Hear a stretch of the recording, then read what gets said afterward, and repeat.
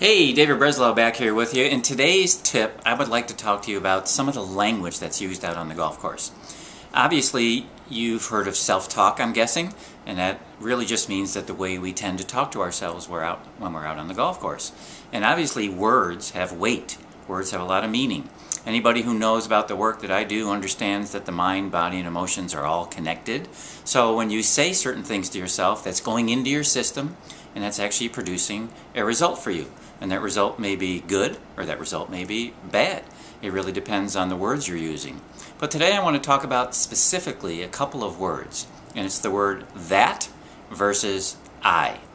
Because when players are out on the golf course and they tend to do things poorly, well, it's one of the first things we do when we react and we talk to ourselves. We say, I'm no good. I can't hit this shot.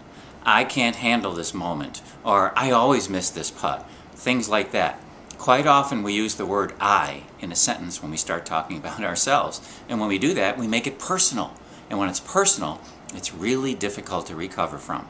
And if you've ever done this, you're probably kind of nodding your head going, yep, I know exactly what he's talking about because I do that too. I used to do it a lot. But here's the deal.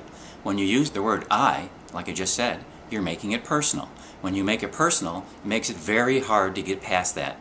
So even if you get a whole bunch of tips and strategies and concepts and theories to try to deal with that, it makes it very, very difficult once it gets personal. So one of the ways out of that is today's tip. I'm going to suggest to you, please starting use the word that instead of I. Replace the word I with the word that.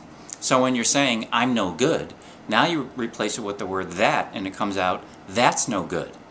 Here's the reason that this suggestion really works. It sounds like it's not a big deal, but it actually really works. And it works because you can do it right now, as a matter of fact. Do it right now with me. Say, I'm no good. What does that feel like? Chances are that becomes internalized because it's very personal, isn't it?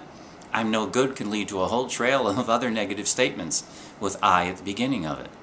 Now, change it to, that was no good. Even when I say it right now to you, it feels completely different.